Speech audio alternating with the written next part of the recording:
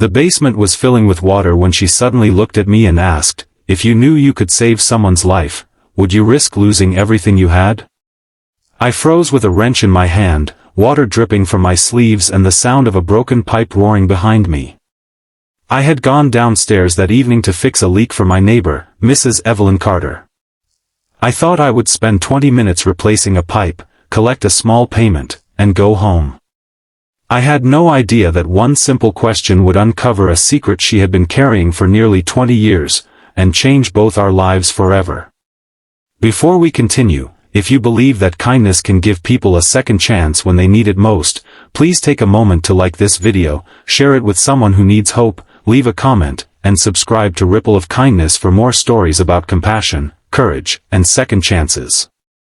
I had lived next door to Evelyn for almost 3 years. She was the kind of woman people noticed but rarely understood. She was in her late 60s, always dressed neatly, always polite, but there was a sadness in her eyes that never seemed to leave. She lived alone in a large old house that had once belonged to her husband.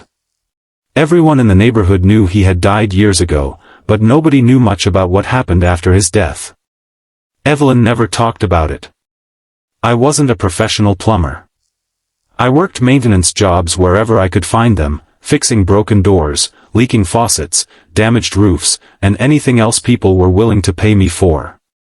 Money had been tight since I lost my regular job at a construction company.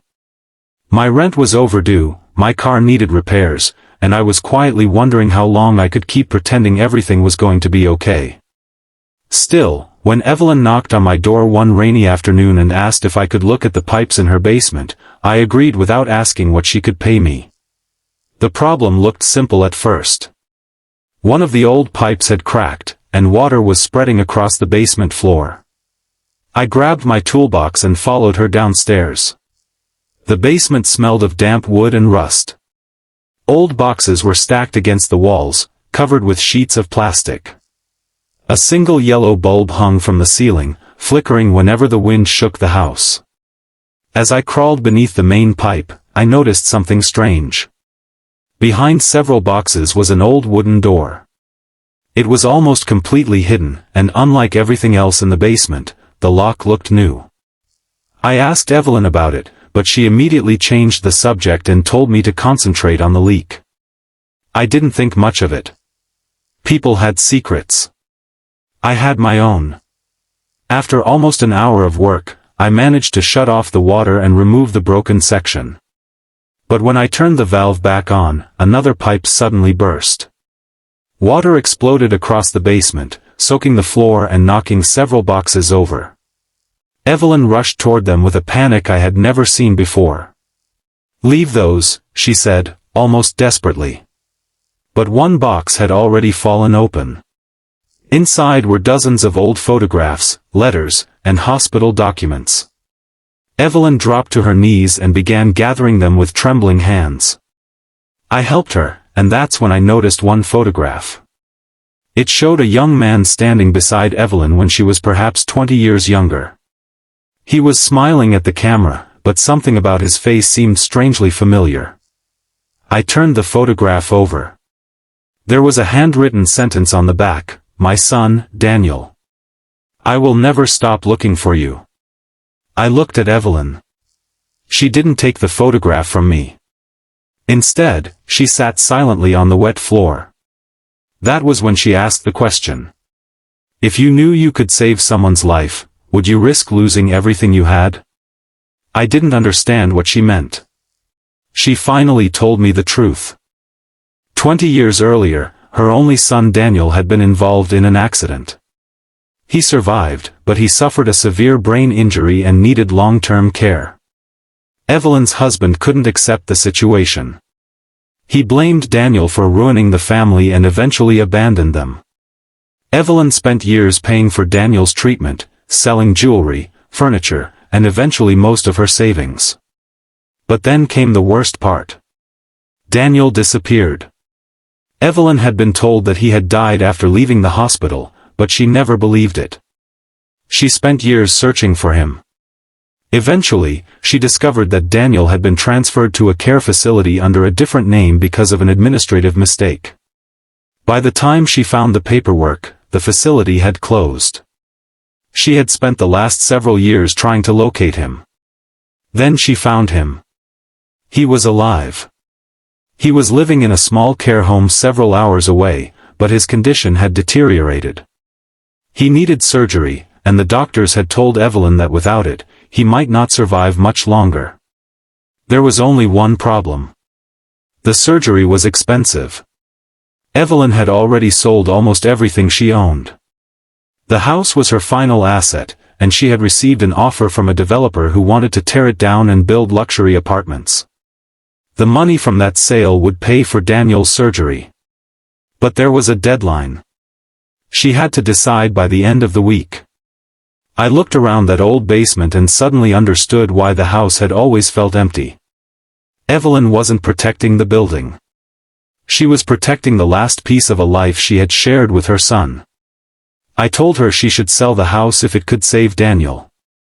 She looked at me with tears in her eyes and said she couldn't do it. The house wasn't worth much to anyone else, but it was the place where Daniel had taken his first steps, where he had celebrated birthdays, where her husband had once promised they would grow old together. Selling it felt like selling the last proof that her family had ever existed. That night, I couldn't sleep. I kept thinking about the question she had asked me. Would I risk losing everything to save someone else? The answer became clear the next morning. I went back to Evelyn's house and told her not to sell it yet. I contacted people I knew from my old construction job. One person knew a hospital administrator. Another knew someone who worked with charitable medical funds. A local contractor offered to repair the house for free if we could turn part of it into a rental unit. Slowly, one small act became another. But we were still short of the amount needed for Daniel's surgery. Then I remembered something. The old locked room. I asked Evelyn about it again. She finally gave me the key. Inside wasn't treasure. There were no diamonds, no money, nothing valuable in the way I expected. There was a small wooden desk covered with Daniel's childhood drawings. And on the desk was an envelope addressed to Evelyn. Inside was a letter Daniel had written before his accident. It said that if anything ever happened to him, he wanted his mother to stop sacrificing her entire life for him. He wanted her to live, to laugh, and to have a home where people felt safe. Evelyn broke down when she read it. For years, she had believed saving Daniel meant giving up everything. But Daniel had never wanted that. The letter reminded her that love wasn't supposed to destroy the person giving it. With the help of the community, donations began arriving. Some were large. Most were tiny. A retired teacher sent $20. A teenager sent $5. A grocery store owner put a collection jar near the register. Nobody knew Evelyn well, but everyone understood what it meant to fight for someone you loved. 3 days later, we finally had enough. Daniel underwent surgery. For 12 terrifying hours, Evelyn sat in the hospital waiting room with her hands clasped tightly together. I sat beside her, saying almost nothing. When the doctor finally came out, he smiled. The surgery had worked. Daniel wasn't magically healed. His recovery would be long and difficult. But he had survived.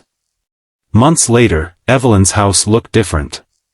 One part had been renovated into a small apartment, and she began renting it to help cover Daniel's care. The basement pipes were fixed too. But the biggest change wasn't in the house. It was in Evelyn. She laughed more. She opened her curtains every morning. And Daniel eventually came home for short visits. One evening, while we were sitting on the front porch, Evelyn handed me an envelope. Inside was the exact amount of money I had been struggling to pay for my car repairs. I tried to refuse. She smiled and told me that sometimes accepting kindness was another way of honoring it. I realized then that I hadn't saved Evelyn's family. She hadn't saved mine either. We had simply reminded each other that nobody should have to carry everything alone. If this story touched your heart, please like the video, share it with someone who believes in second chances, and subscribe to Ripple of Kindness. Sometimes the smallest act of kindness becomes the reason someone finds the strength to keep going. And before you leave, comment, kindness gives us a second chance. If you believe that helping someone doesn't require being rich, powerful, or perfect, sometimes it only requires being willing to stay when everyone else walks away. Because that night in the basement, I thought I was there to fix a broken pipe. I didn't realize the person who needed fixing wasn't the pipe at all. It was a broken heart that had been waiting 20 years for someone to remind it that hope was still alive.